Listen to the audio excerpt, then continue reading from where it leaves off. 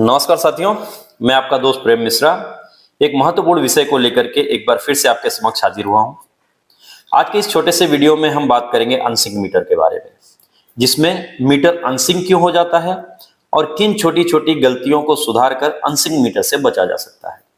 तो चलिए सबसे पहले बात करते हैं कि मीटर अनसिंक क्यों हो जाता है।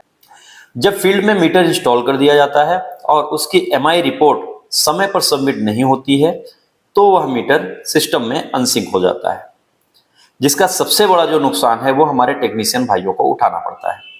मीटर अनसिंक हो जाने के कारण उन मीटर्स का पैसा आपको नहीं मिलता और हम बिल्कुल भी यह नहीं चाहते कि हमारे किसी भी टेक्नीशियन भाई के मेहनत का पैसा उसे ना मिले, क्योंकि आप हमारी कंपनी के लिए सिर्फ एक कर्मचारी नहीं है बल्कि आप हमारी कंपनी के फ्रंट लाइन सोल्जर्स हैं।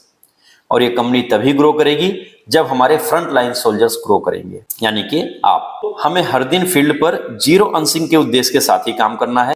अब बात करते हैं कि मीटर अनसिंक क्यों हो जाता है। तो सबसे पहला जो उसमें कारण है वो है मीटर का कॉन्ट्रैक्टर को इशू ना होना। कई बार मीटर कॉन्ट्रैक्टर को इशू नहीं हुआ होता है और हमारे जो टेक्नीशियन है वो फील्ड पर जाकर के मीटर इंस्टॉल कर देते हैं। ऐसी स्थिति में एमआई रिपोर्ट सबमिट नहीं होती है और मीटर अनसिंक हो जाता है। इसलिए ध्यान रखें कि हर मीटर प्रॉपर तरीके से इशू होने के बाद ही इंस्टॉल करें। दूसरा कारण है नेटवर्क या सिग्नल थ्रेशोल्ड का कम होना।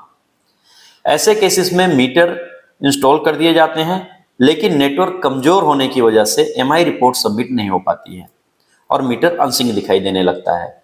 इसलिए मीटर वहीं पर इंस्टॉल करें जहां पर सिग्नल -105 dBm से बेहतर हो।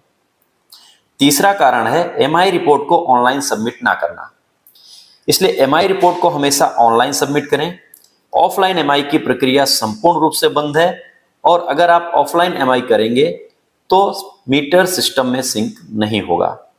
चौथा कारण है एनएससी कंज्यूमर के यहां बिना एसआर नंबर के मीटर का इंस्टॉलेशन।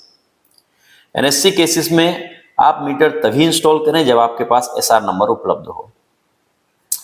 पांचवा कारण है पीडीसी कंज्यूमर के यहां मीटर का इंस्टॉलेशन। ऐसी स्थिति में भी मीटर अनसिंक हो जाता है। इसके अलावा डिस्कॉम फॉल्टी या बंट केसेस में जो रिप्लेसमेंट करना है उन केसेस में रोजाना डेटा अपडेट करना जरूरी है। अगर डेटा अपडेट नहीं होता है तो मीटर अनसिंक दिखने लगता है। इसी तरह पैंडेम फॉल्टी या बंट केसेस में टेक्नीशियन को मीटर तभी दें जब वह प्रॉपर तरीके से कॉन्ट्रैक्टर को इशू हुआ हो। बिना इशू हुए मीटर को इंस्टॉल करने से वो हमेशा अनसिंक ही दिखेगा। और आखिरी बात यह